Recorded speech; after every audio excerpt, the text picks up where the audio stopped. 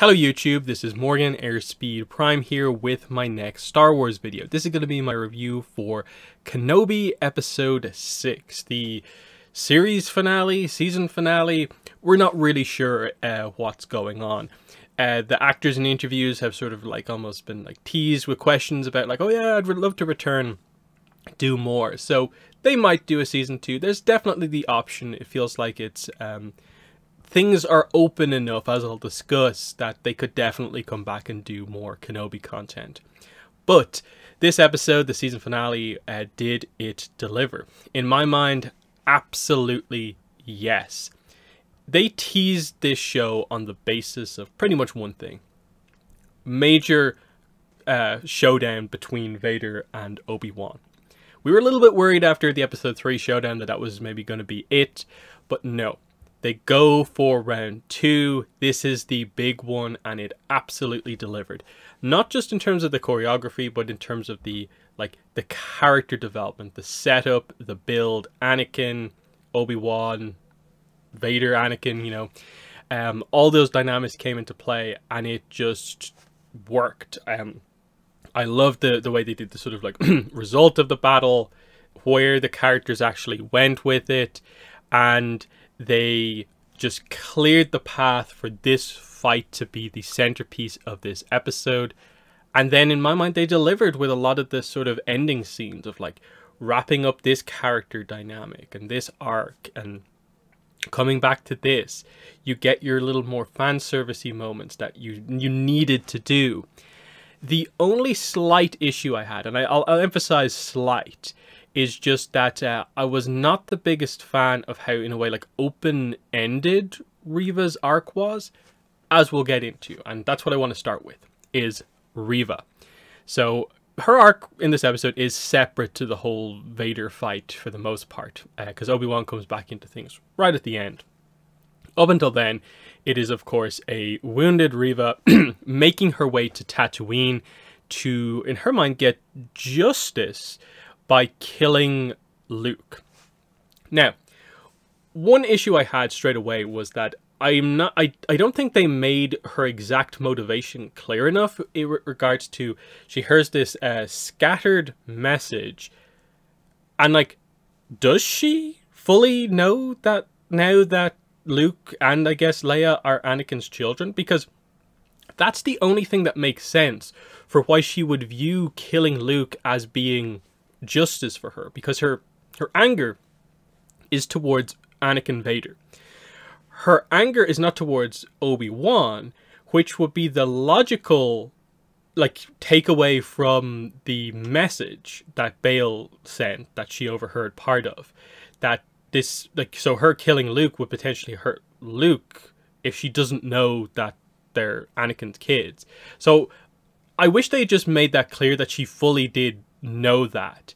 And that's sort of been the thing with Reva over the course of this. Is a new character. They've been surprisingly subtle with her character arc, and that can be good in some cases, but I've almost felt like they've kept it a little bit too far in the back. I think they need to be a bit more upfront and make it clear that she does have different motivations going on in the earlier episodes, and here I wish we were just a little bit more in her head.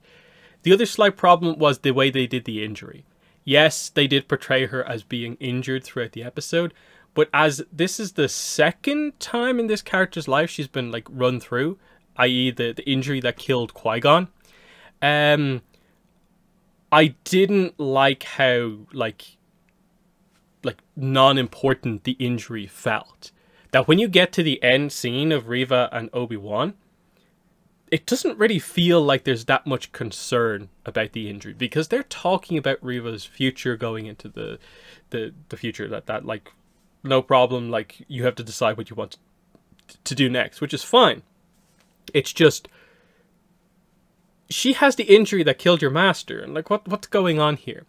And especially because, again, she apparently got the same injury as a youngling and survived it somehow that we don't know. I just wish they had done something to make it clear that something mitigated the injury, that she like it wasn't as bad, or like they didn't stab her through, but it was just like a cut to the side, but it wasn't like super deep or something like that. So it was enough to slow her down, but not do too much. Whereas in this series, you've already done like what, 3 of those injuries, where like the Grand Inquisitor was, dead for a while. And I guess the idea is that he would have been dead if his species didn't have 2 stomachs. Reva had one in the past, and then Reva had one more recently. It's like, just these little things that put the slight doubts in your mind about, like, I don't think you thought that through fully. But anyway, she makes her way to Tatooine. I like the sense of camaraderie among the people of Tatooine, that even though the guy told them, I suppose, where Owen was, he also made sure to go to Owen and warn him that, Reva was coming. So it allowed for Beru, who made her kind of debut in the way in the episode, and Owen to set up sort of like an ambush, a defense for Luke. It's obviously kind of last minute, last ditch, but it really got across that, these are Luke's parents, that even though they make sure to tell him that they're just aunt and uncle, Owen saying he is mine. I really felt that, and that worked for me. The desperate kind of last-ditch defense of like a non-force user against someone who is clearly just more powerful, I thought it really worked. The other point that I thought was quite interesting was that I realized the second like Reva approached with the lightsaber, it's like, oh yeah, Luke can't see a lightsaber until episode 4, so they had to work around that as well. So as she walks into the room with the lightsaber, Luke's already out the roof. She goes in to kill him with the lightsaber, but it's only after he's unconscious. So they had to work around that. That definitely felt like a Clone Wars Anakin and Grievous can never meet moment. So but more subtle here. They worked around it nicely. It leads to, from a character perspective, Reva having to make the choice about this quest for vengeance against Anakin Vader. Does she go as far as Anakin went and basically, in a way, become him by killing his son, killing a child? Can she bring herself to go that far to, in her mind, get justice, get vengeance?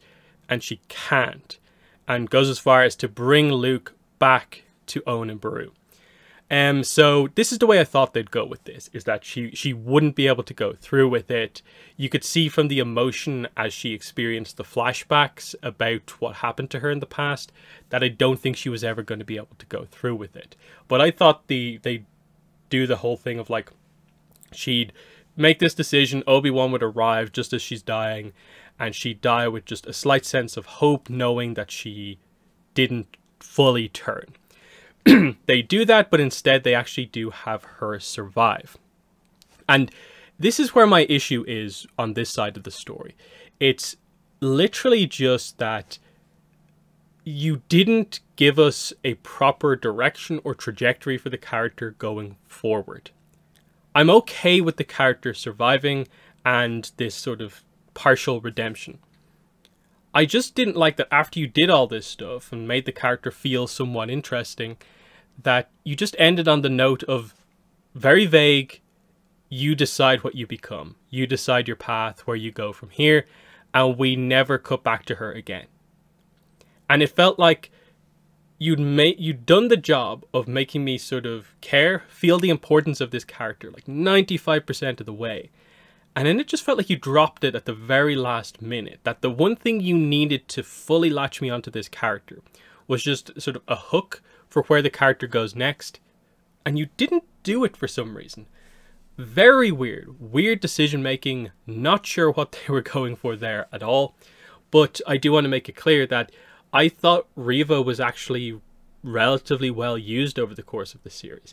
I understand the fear that a lot of people had going in, that she was positioned as like the third main character, that there was a fear that she would get in the way of Obi-Wan and Vader's interactions and would take away from that.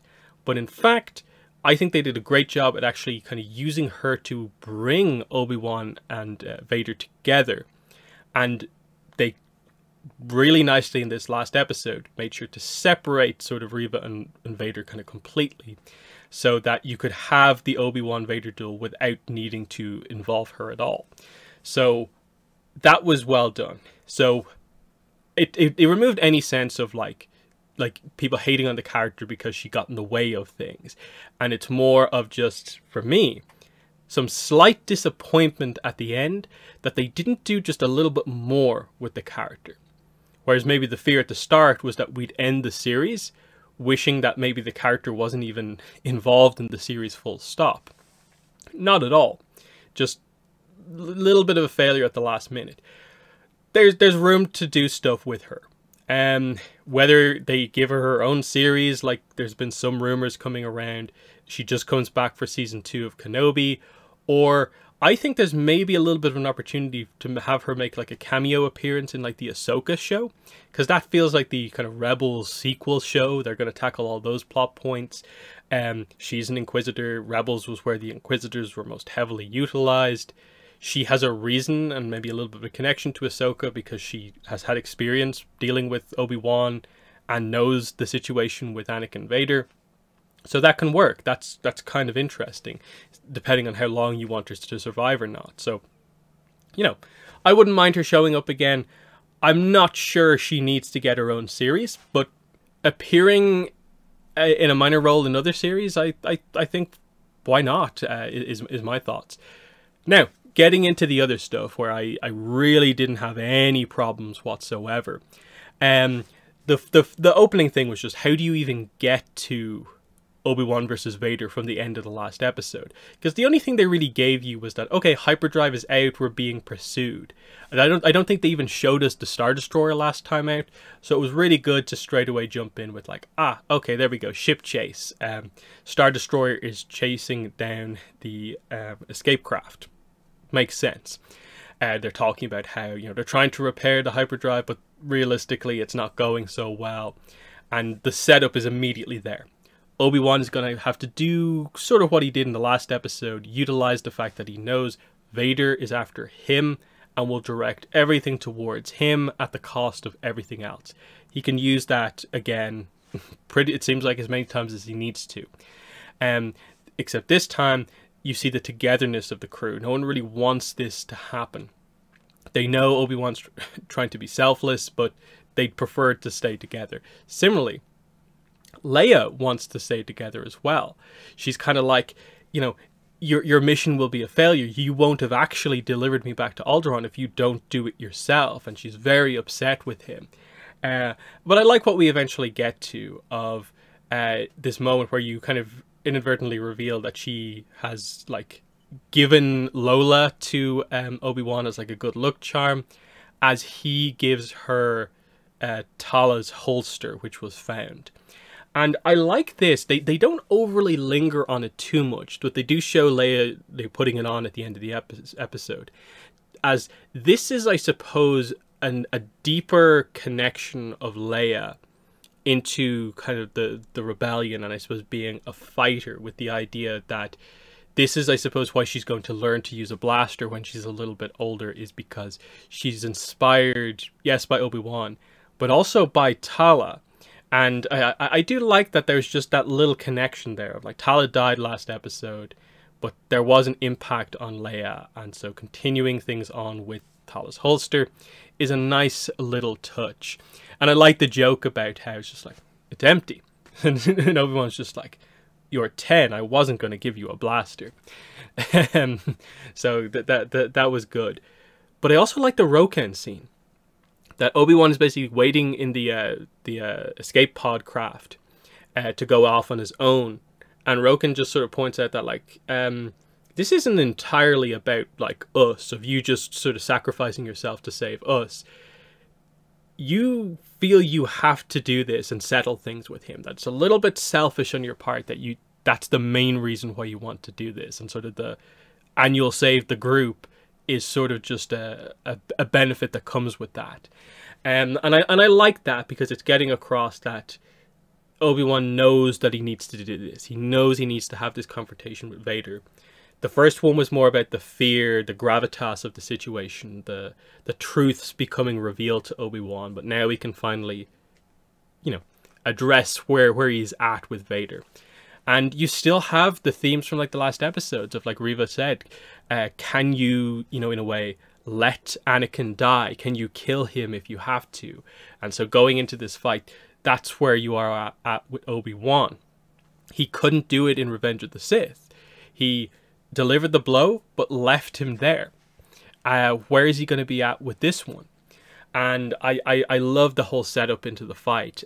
Even on the Vader side of things, that you have the little scene with him and the Grand Inquisitor, where the Grand Inquisitor makes the point of like, it would make more logical sense for us to pursue the main craft and shut down the path, which will stop multiple Jedi and stop multiple people from getting in the Empire's way, versus just one Jedi, as important as he may be. But Vader's just like, no, I'm going after Kenobi, and I'm doing it alone. So he heads down to the planet to follow Obi-Wan on his own. I'm not sure if they've named this planet, but the core here is just that it's basically a rocky planet, and the fight takes place on the outside and then going into sort of like a field of rock pillars. Felt very ATLA Last Battle, which was kind of fun, but I thought it was a nice battlefield. It's not the kind of crazy obstacle course of Revenge of the Sith, but there's a few obstacles in the way, so we can focus on the choreography and just a little bit of environmental stuff. I was like, okay, yeah, this is going to be good. And yeah, the fight begins, and it is. I think they 100% deliver. They go for the full-on prequel style of fighting, but with the slight switch up of course, you have, it's Vader in the suit here rather than Anakin. So Vader's more of a powerhouse, but they're not saying that he just is not agile in any way. He just emphasizes that a little bit more, but also he uses the Force more when he fights. And that's what that was the thing that really stood out to me in terms of the uniqueness of this fight, is that both combatants in this fight used the Force more than we've probably ever seen in many other lightsaber fights. Some of the Old Republic cinematic cutscenes use it quite nicely, but in the prequels they've been somewhat limited in the use of the Force to like a Force push every so often, but here it was much more regular, and they were like toppling boulders on each other. And I like that moment in the middle where Vader's just like, your strength has returned, but the weakness still remains, of like you can't bring yourself to go as far as you need to. And so the first stage of the fight goes to Vader when he just really overwhelms Obi-Wan with the Force, cracks the ground, and basically buries him alive. So continuing on from the episode 3 of the show fight, of him sort of torturing Obi-Wan, of like burning him the first time, now burying him alive, with the idea of like, where you're at right now, you are not powerful enough to break out of this much rubble, whereas I can lift this much rubble to bury you here in the first place. And this setup, Vader just walks off, and I liked it. You might criticize like, oh, why did he leave off? Why didn't he check to make sure Obi-Wan was finished? But it worked for me because it was Vader doing what Obi-Wan did in the Revenge of the Sith fight, not finishing him off, just letting him sort of like die on his own if he absolutely has to. But the Obi-Wan in the rubble scene was great because they made it a full-on character moment. It wasn't just a physical challenge to overcome. This is the dynamic of the character coming into play here. When the rubble feels like it's about to collapse in on him, it's the guilt about what happened with Anakin, the memories of the last fight, the fear. It's all the negative aspects, and that's when he's becoming weaker in the Force. But then he remembers why he's here, why he's fighting, and what he needs to move on from. The advice from Tala from the last episode of like, we all make mistakes, but it's how we sort of fight to overcome them or make better from them. And that comes into play. Obi-Wan at his core is fighting here to eventually like protect Leia, protect Luke, so that maybe one day they can help to change things. And it's that gives him the most strength we've probably ever seen from Obi-Wan in terms of like an application of the Force. And that's what I loved about this secondary stage of the fight, is that they did something that we don't typically see in lightsaber fights between sort of like dark and light side users. And that is sort of the light side user getting a sort of, in a way, like power boost from fully like tapping into aspects that represent the light side of the Force, and not needing to just like become a little bit dark to become more powerful. I really liked this moment of like Obi-Wan firing the barrage of rocks at Vader as like the best use of the Force in that way that we've probably ever seen from Obi-Wan, or even many Force users, was really, really amazing to see. As he, you know, overwhelms Vader in this second stage of the fight. And what I thought was so well done in terms of the choreography was that in Revenge of the Sith, the way they did it was that Anakin is attack 100%, Obi-Wan is defense 100%, and it's Obi-Wan conceding ground, defending, and he basically never gets an opportunity to attack Anakin, except for the Eye of the High Ground moment at the end. Here, it's more even of like they're both attacking each other. So I like that there are moments when you have Vader on the defensive, moments when Obi-Wan is on the defensive. So we get to see sort of Obi-Wan being a bit more aggressive in this fight. So I liked seeing him kind of with the thrusts a bit more. A very clear-cut sort of example of like an attack that is aiming to hurt, kill by default. Because a lot of times like the typical attacks are more just sort of like, I know you're going to block this, so I'm not committing to it too much, and it's just a sequence. But I liked some of the sequences where it's kind of clear that like, definitely, if not blocked, that one would have done damage. So many cool sequences. Obi-Wan doing the sort of like trademark Anakin behind the back kind of spin move. Very cool to see, showing that he is attacking. There's a really cool sequence where like Obi-Wan does like a one-handed slash, and it gets bashed back by Vader in such a way where like his hand goes down nearly behind his back, but he uses the momentum of that to sort of switch hands behind his back and come back around.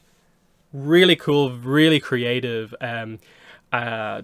Just throughout, I really loved what they did here.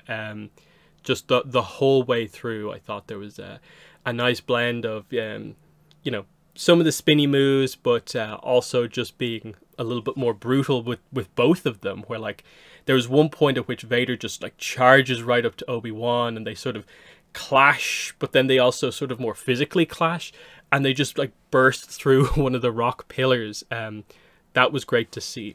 And so the sort of finishing sequence of the fight is after the rock barrage, Vader is beginning to kind of wheeze a bit and lunges in a little bit desperately, trying to kind of get a finishing blow. But sort of like the end of the sparring match from last episode, Obi-Wan just sort of like dodges to the side, slash down the back. Vader's even more wounded. This leads to another sort of, you know, the final blow type thing if they both charge at each other. I like the running kind of jab attack that Obi-Wan does, in that like he just puts so much extension on it and cuts half of Vader's mask off. And it's very much Ahsoka in Rebels, of like she gets to see half of Anakin's face. Obi-Wan gets the same. And knowing that it's Hayden in there, it's so fantastic. I like what they do with the voice as well. That because the kind of voice box is still there, it's half Anakin's voice just talking like directly, and then half still going through the voice box. And they also did it with the lights as well. That there are moments when Vader's talking there where his face is in blue light, but then there are moments when it changes to red, kind of showing you almost like these glimmers of Anakin coming out and talking. But they had to have this. It didn't need to just be a physical fight. It had to some degree, be about this conversation that they had. That this whole season has been about sort of Obi-Wan discovering the truth about Vader, the guilt that he has felt. And I love what we kind of get to here of Obi-Wan has won the fight at this point. And he sees Anakin in there, and it just hits him very clearly, more so than before, that he can see that it is Anakin in the suit. And he apologizes. Ewan McGregor does a great job with the voice acting performance here, just getting emotional, crying, saying I'm sorry. And then I love the dialogue from Vader, because it's in a way very to the point. It's very blunt, but it's also a little bit, you know, open and a little bit emotional of like, I am not your failure. It's a really nice line to get across the idea of, we've been very focused on sort of Obi-Wan feels he has failed Anakin as his master and has caused Anakin to become this, which isn't true at all, because watch Revenge of the Sith, and yes, there are other factors that build into that moment, but fundamentally, Anakin's fall to the dark side, in terms of the sequence where he actually becomes Darth Vader, all happens when Obi-Wan isn't even around. And it's all his own decision making. And so it's this situation where it's Vader basically being like, don't think that you are the most important thing and that you are defining of like every single thing that's ever happened to me. He's like, no, what I said before, what have you become, what you made me, is more talking about the physical thing, the injuries, why he's in the suit. Not why he is Darth Vader and why he's fallen to the dark side. I like that he just makes that clarification of like, you didn't do that. Anakin, you know, Darth Vader killed Anakin. Anakin killed Anakin. That's what happened here. You aren't responsible for that. And it's not to, in a way, like assuage like Obi-Wan's guilt. It's just from Vader's perspective, I think it's, you know, don't think you're that important. I want to take you out to kind of prove myself, but it's not all about you did this to me type thing. So I thought that was very well done, because it also gets across that, okay, the guilt is in a way gone to a certain degree, but it also fully clarifies to Obi-Wan that Anakin is gone, that fundamentally they are two separate people. It's not just this sort of slow transition, that there's a very clear-cut distinction between the two, and that his friend truly is gone. And at the very least, the point that's being made here is that Obi-Wan, no matter what he does, can never be the one to actually get Anakin back. Even though Obi-Wan knows from what Padme said that there's still good in him, Obi-Wan can't get him back. And I think that's the point that in the way they're making here, is that a new hope, the hope for the future, the hope for Anakin is that his children can get that little bit of good out of him and turn things around. But it's Obi-Wan realizing that he can't do it. He can't. There's nothing he can say to Anakin that will cause those walls to break down and to get a bit more emotion out of Anakin. This is it, and it's kind of the screen in a way going up that Obi-Wan and Vader's dynamic from here on out will just be as enemies, and that sets the stage for the episode 4 fight, where there's no discussion about trying to turn him back around or anything like that. This is why in episode 4 Obi-Wan is sort of, you know, cryptic in a way and basically quote-unquote lies, but it is the truth that you know, Vader killed your father. And it's like, yeah, that's exactly it. Yeah, absolutely. So that was great. And he leaves. He leaves again. He has defeated Vader again, and he leaves. He can't bring himself to kill him. And I think in this case, I think it is more of a sense that he knows that there should be a chance in a way for the future, that he shouldn't just end him here. He can't bring himself to do that. And it's also that he needs to very quickly get back to Tatooine, of course. So we've already talked about the Reva scene, so we can cut straight to the sort of epilogue type scenes that we get. So we do get a scene with Obi-Wan and Leia. So Leia gets ready by herself. She isn't like dressed or anything like that, so she's being sort of a little bit more independent, kind of doing stuff more on her own. She's more focused, I suppose, on her duties to a certain degree. But she puts on Tala's blaster holster, and she, you know, she wears boots, she wears the gloves, so there's still that sort of adventurous side to her. She doesn't want to just, you know, do the fancy dress up type stuff. So she's still sort of being very kind of true to herself, I suppose. And there's definitely the suggestion there, like with Breha when she sees it, it's just kind of like, okay, yeah, she's gonna have to learn how to fire a blaster at some point, isn't she? Yes, okay. But they don't tell her who the person arriving is. It is Obi-Wan on the ship. And I like this for multiple reasons. You had to have another scene between these two because this was such a highlight from the show, is the dynamic between Obi-Wan and young Leia. Secondly, what it did was that, in terms of going forward, it means Obi-Wan is not absolutely locked to Tatooine. That's what this show did wonders with, was they created a crazy situation where he had to leave Tatooine and leave Luke unwatched. But it also created the situation where he can go off-world again.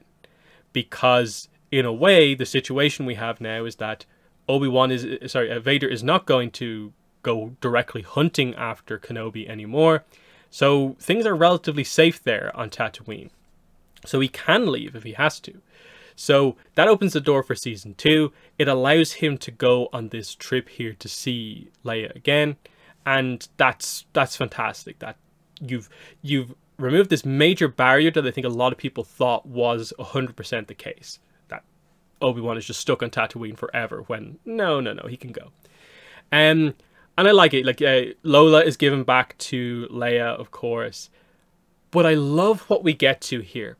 He feels the need to say something to her about her parents, just because he's been rather cryptic about it this whole time. And so he doesn't say who they are, but just instead describes qualities that Leia possesses that she got from each of her parents. And he says 3 things about Padme, you got them from your mother. 3 things about Anakin, you got these from your father. And he says they were both, excellent, amazing, incredible people. And I think you can be like them too.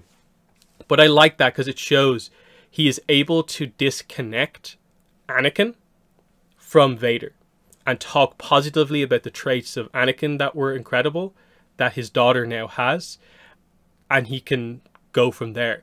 That's important. That's the growth that we now have here from this reveal, is that he can make that disconnection, and that further explains the episode 4, how he talks to Luke about Anakin. So that's one of the main successes from this show, like 100%. I also liked, the hug between Bail and Obi-Wan, as well as the tease of like, Leia saying, will I ever see you again? And him being like, perhaps someday, maybe you'll need the help of a tired old man. And she, of course, will go on to need that help. And I like that she does say Obi-Wan. She does call him Obi-Wan once. So I know a lot of people have been a little bit like, Ben, Obi-Wan, is there a continuity error there? I felt they made it clear that, like, some people know him as both. Like, it's not that big of a deal. The idea that, like, you create this complex situation where, like, she thinks Ben Kenobi and Obi-Wan Kenobi are, like, completely separate people was a bit of a weird dynamic, but they got it right here, absolutely. As well as her saying to Bail, in reference to the scene that they had, that there's a few changes that she wants to make and that they'll do it together. So clearly her experience being kidnapped, and I suppose seeing things about the Empire, I guess has made her realize that she needs to fight against them. And that was the significance, I think, of the path, is that already Bail is sort of involved in the rebellion, of course, so Leia's naturally going to be involved there. But she has this other involvement now with the path, and I kind of like that that's where it's coming from. And the path also, I think, helps to explain why the rebellion still have the whole "May the Force be with you" type aspect to them, whereas a lot of the other rebel groups are more like malicious, so it doesn't obviously make the connection of why the Force is involved. So the path is a very cool idea that in a season 2 could be explored, I think, quite nicely. So there was that. We do get a final Darth Vader scene. He's back at his castle on Mustafar, and he receives a holo communication from Palpatine. This was very interesting because it's Palpatine being the like, oh, my old friend, and he's basically, in a way, criticizing Vader for like, your thoughts still dwell on Kenobi, and they've made you sort of weak. is this going to be a problem, or will I have to sort of change some things up? And Vader is kind of forced to make the decision of like, Kenobi means nothing. So I think I think it's meant to be viewed as he is putting aside this grudge, this need to pursue Kenobi for now, and setting up the idea that he waits from here on out until episode 4 for the confrontation. Again, just a quick scene. They don't say anything else about like what he's going to do next, but I think just a scene to highlight that, okay, Palpatine sort of let Vader pursue Kenobi for a while, but he stepped in to sort of help shut that down himself. So there was that. Final scene, I guess, is Obi-Wan talking to Owen and getting to meet Luke. I like, in terms of bookmarking the series, the idea that Owen was the one who said, you know, like you trained his father, and Obi-Wan, I suppose over the course of the series, has grown to realize that his guilt about that is maybe a little bit misplaced. He's always going to feel like that way to a certain degree, but it doesn't like haunt him in a way like it did before. But that he does sort of agree with Owen that Luke should just grow up normal. That maybe in the future something might come up where he has to be trained, but that he's not going to be constantly watching over Luke, waiting for the Force abilities to rise up and jump in as soon as that happens. His opinion on that has changed, which is why when Luke's when Owen and Beru are killed, that's when he steps in. This is when you have to take on that path. So that was nice. But I like that Owen eventually turned around and was like, yes, would you like to meet him? Yes. So there's that. And from there, we go into the idea that Obi-Wan has moved away from his cave, which I guess was relatively close to the Lars homestead. I think further highlighting, he's not super directly monitoring Luke anymore.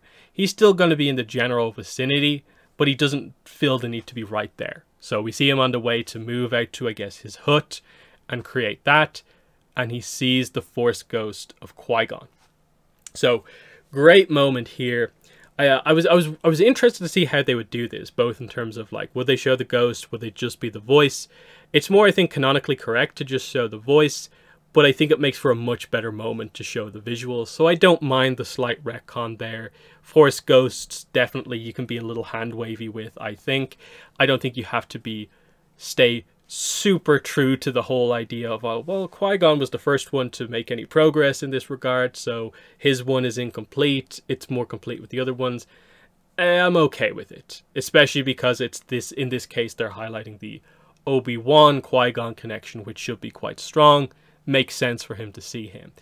And then in regards to what they talk about, it's obviously going to be a little bit back and forth for people about if you wanted Qui-Gon to maybe have a bit more of a meaningful conversation with Obi-Wan, whereas it's a little bit more sort of like fun, lighthearted, of just like, what took you so long? And a subtle explanation for why he's only now appearing, of like, you know, you were being held back slightly, you had to make a little bit more progress before you could finally see, because I've always been here. So, again, another reason for season 2 is just to maybe see a little bit more significant stuff between the two of them.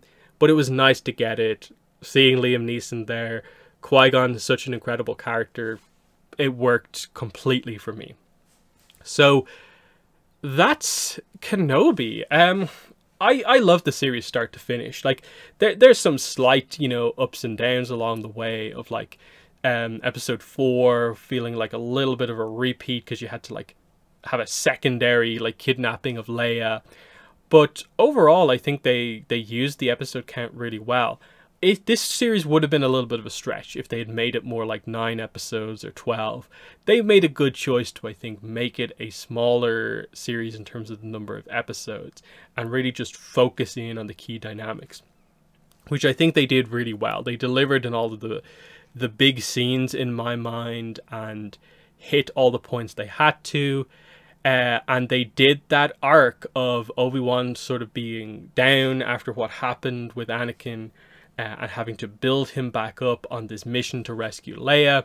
And they got all of the major points correct, leading up to him being, in a way, the most powerful we've ever seen him in the secondary fight against Vader. Wonderful. And Obi-Wan's my favorite character, so there was a little bit of pressure on this series to execute it well. And I'm very happy with it overall.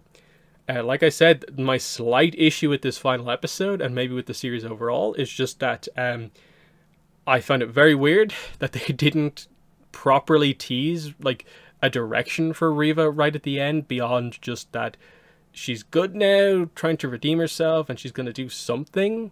I wish they'd made a better connection there. But I think that character was worthwhile and played some interesting roles. With regards to the rest of the series, I think they could have been maybe a little bit clearer earlier on about, you know, I think she would have been a much more interesting character if you had done the reveal of like her secret a bit earlier, and you knew that she was acting differently than the other Inquisitors, because the other Inquisitors weren't really much as characters. So Reva having to, in a way, act like one of the random Inquisitors for a while wasn't the most interesting thing. But I still overall thought the character was interesting.